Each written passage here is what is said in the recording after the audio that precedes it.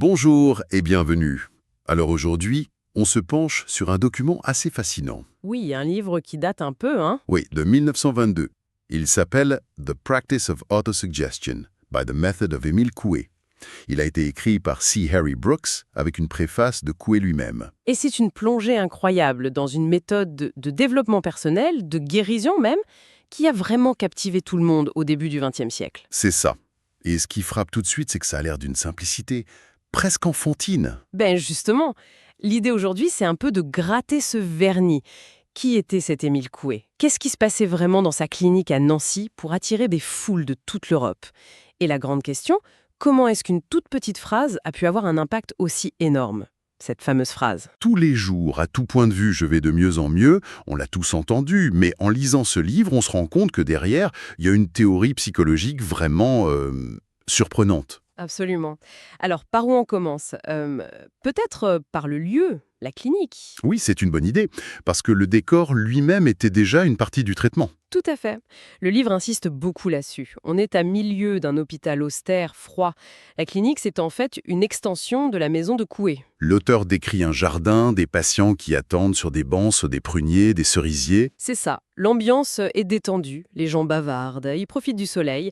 La salle de traitement, elle, est bondée, c'est vrai, mais l'attente se fait dans un cadre qui est déjà apaisant en soi. C'est une sorte de mise en condition, en fait. Oui, et au milieu de tout ça, il y a le personnage, Coué.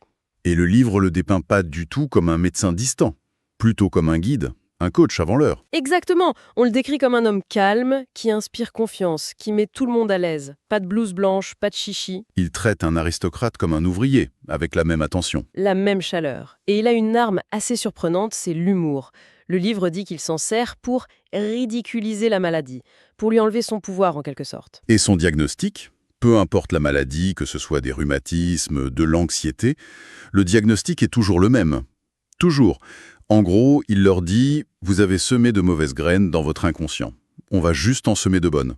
Tout part de là. » Et ça nous amène directement au cœur de sa théorie, ce fameux conflit. Entre la volonté et l'imagination, pour Coué, la règle est simple et sans appel.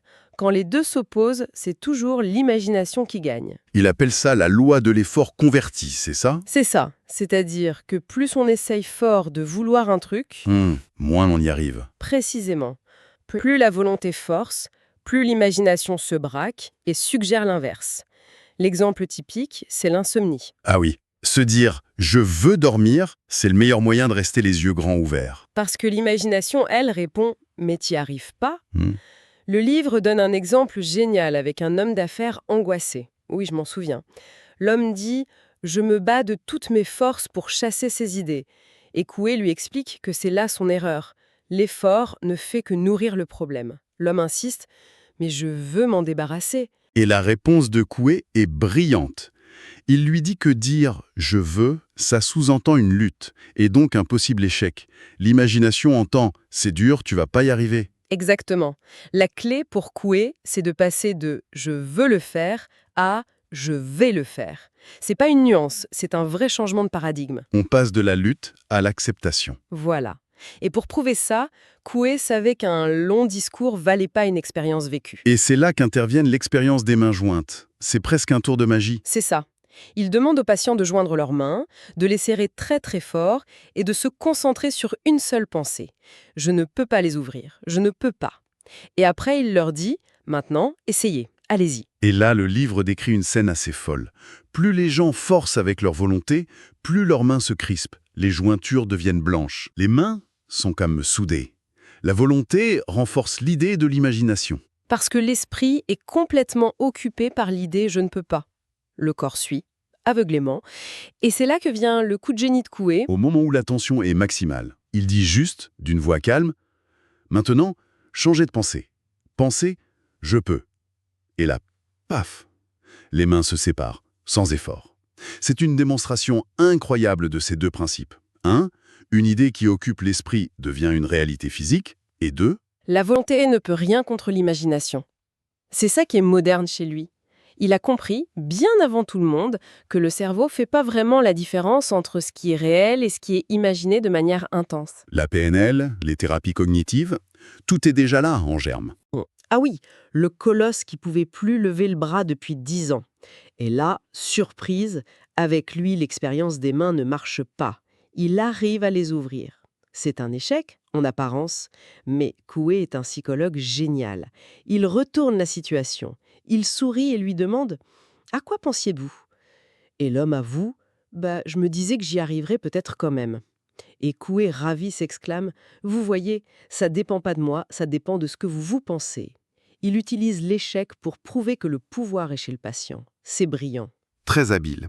Du coup, il lui fait refaire l'expérience en s'assurant qu'il se concentre bien sur « je ne peux pas ». Et là, ça marche. Les mains restent collées. Le forgeron est convaincu. Et c'est seulement là que Coué s'attaque au bras. Il lui demande de fermer les yeux, il lui caresse l'épaule, et il lui fait répéter très vite, comme une litanie, « ça passe, ça passe, ça passe ». Le rythme, la répétition, le toucher, tout est fait pour court-circuiter le conscient.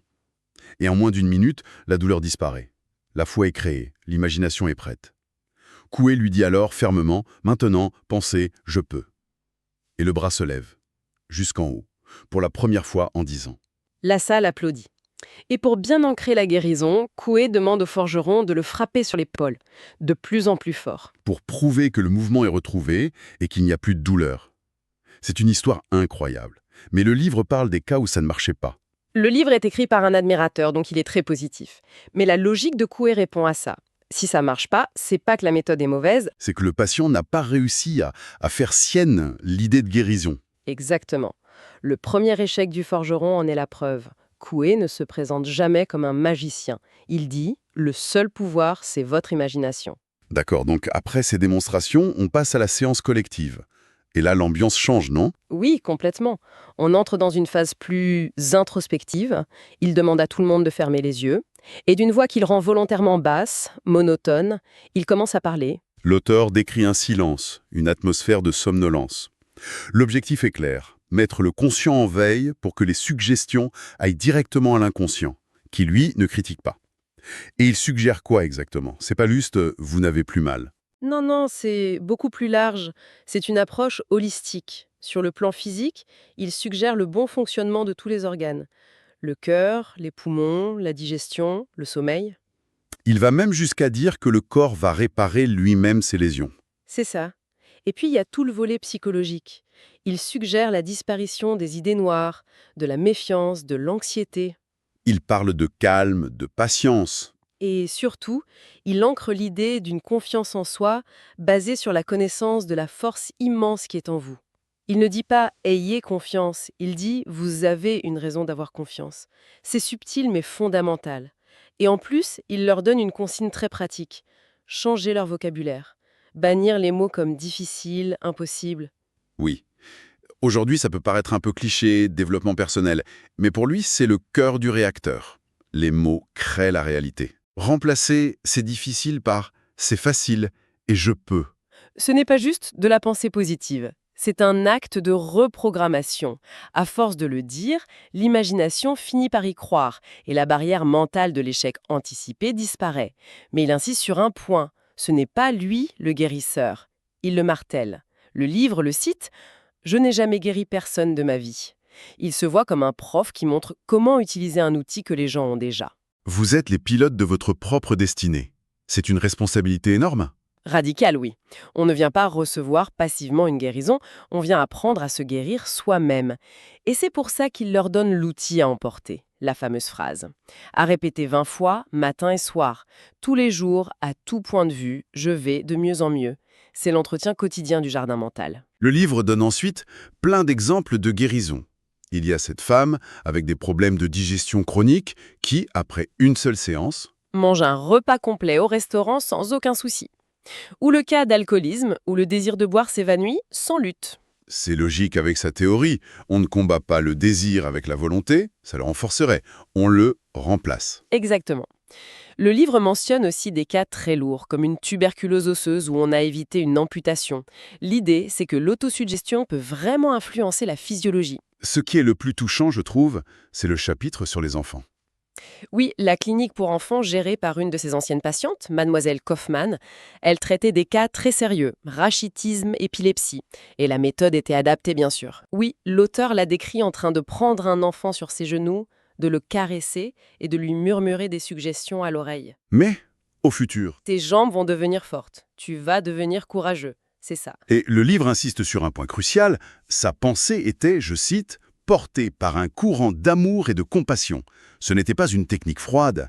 L'affection était le véhicule de la suggestion. Tout à fait. Et pour les nourrissons, ceux qui ne comprennent même pas les mots, Alors là, c'est presque mystique. Parfois, elles se contentaient de les caresser longuement, en silence, en pensant très fort à leur guérison. L'auteur écrit cette phrase incroyable. « La caresse seule semble transmettre la pensée de guérison ». C'est fou, comme si l'intention pouvait se communiquer par le contact. au-delà du langage. Donc si on résume, les grands piliers, c'est la suprématie de l'imagination sur la volonté, Oui, la puissance d'une idée qui occupe tout l'esprit. c'est ça. Et surtout, l'idée qu'on est les artisans de notre propre guérison. C'est une synthèse parfaite. Et ce qui est dingue, c'est à quel point ça résonne aujourd'hui. Il a mis le doigt sur des mécanismes qu'on a étudiés scientifiquement des décennies plus tard. L'effet placebo, par exemple. C'est le cœur de sa méthode. Absolument. Et les thérapies cognitives et comportementales, les TCC. Identifier et modifier son dialogue intérieur. C'est du coup et pur jus. Totalement. La reprogrammation par la répétition, le fait de cibler le matin et le soir quand le cerveau est plus plastique. C'est d'une modernité folle. Il a popularisé l'idée que nos pensées ont un impact direct sur notre biologie. Pour finir, la dédicace du livre est intéressante. Il est dédié à tous ceux qui sont en conflit avec leurs propres imperfections et cette idée de devenir le pilote de sa propre destinée. Oui, Ça m'amène à une dernière pensée. Le livre présente ça comme une libération. Mais cette responsabilité totale sur notre état, sur le fait de devenir maître de moi-même, est-ce que ça n'a pas aussi quelque chose d'un peu vertigineux? c'est une excellente question. C'est à la fois un pouvoir immense et un fardeau potentiellement écrasant. Si je suis le seul maître à bord, alors mes échecs, mes maladies, c'est aussi en quelque sorte ma propre création. Exactement. Coué le voyait comme une opportunité de maîtrise. Mais on peut aussi y voir le risque d'une culpabilité énorme si on n'arrive pas à bien penser. C'est sans doute toute l'ambiguïté et la puissance de sa méthode. Elle nous rend les clés de notre esprit, avec tout ce que ça implique de liberté et de vertige.